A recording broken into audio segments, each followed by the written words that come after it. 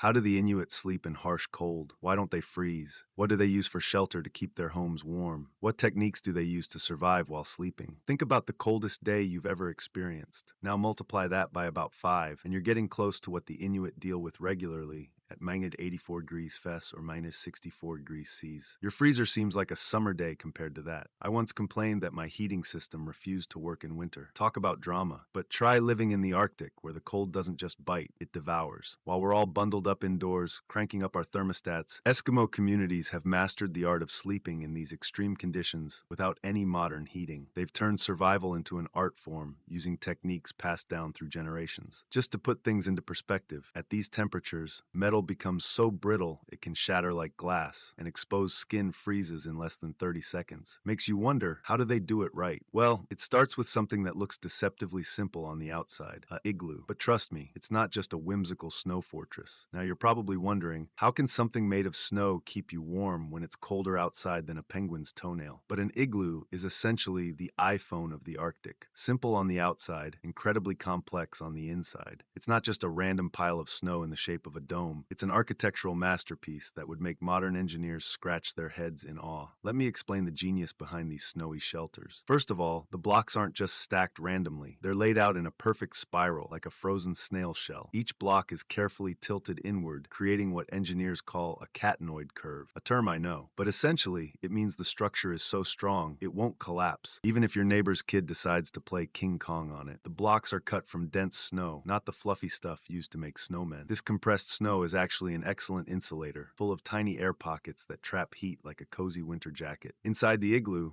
the temperature can rise up to 60 degrees Fs just from body heat. That's right, no furnace, no electric heater, just good old-fashioned human warmth doing its thing. Ever been stuck in a tiny elevator with too many people? Same principle, except this time, it's actually useful. The dome shape also plays a crucial role. It creates a natural air circulation system. Cold air sinks to the entrance, which is purposely built lower than the living area, while warm air rises and stays at the top, where people sleep. The entrance tunnel isn't just for dramatic effect. It's like an airlock on a spaceship, creating a barrier between the cozy interior and the Arctic winds outside. And here's a bit of tradition. An igloo even had multiple rooms. Talk about living in a snow mansion. Speaking of staying cozy, there's another important detail about keeping warm in these ice palaces, and it has to do with what's above your head. Proper ventilation in an igloo is literally a matter of life and death. That little hole at the top of the dome isn't just there to let out your snoring partner, though that's definitely a bonus. In fact, it's a clever invention that keeps the air fresh and prevents you from slowly cooking yourself in your own snowy oven. When the temperature inside starts to rise, warm air rises, because that's what it does,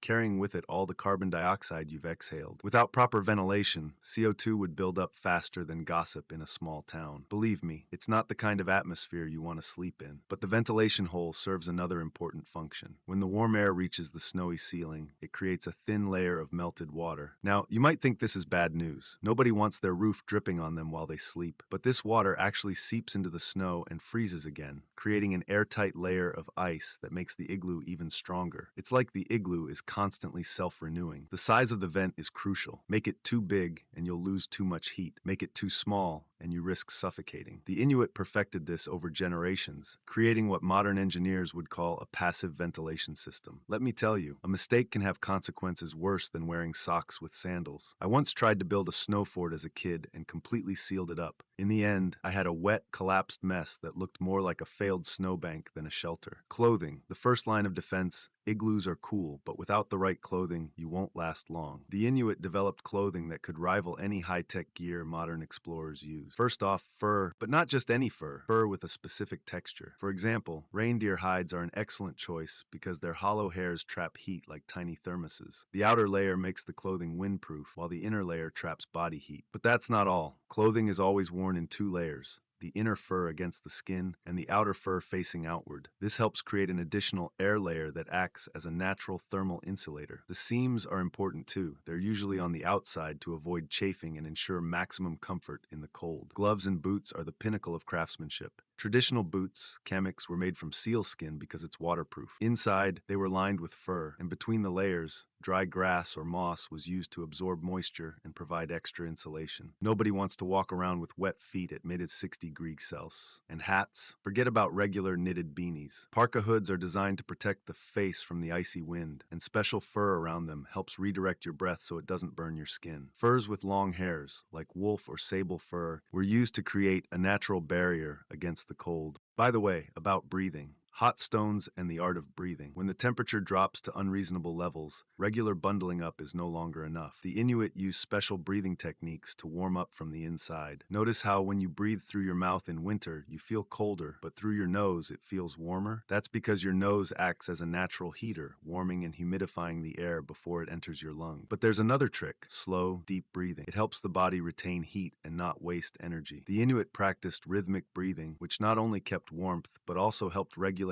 energy expenditure in extreme conditions. Now imagine you also have hot stones next to you. Yep, hot stone. People would heat stones over the fire and then wrap them in hide bags to use as warmers at night. They would gradually release heat, keeping the body from freezing. The stones were often wrapped in thick cloth or fur to slow the cooling process. This is the ancient version of an electric heating pad, but without wires or electricity bills. Sometimes they would use these stones during the day, placing them in their clothing or bedding to create an additional heat source. Sleeping bags, the secret to night survival.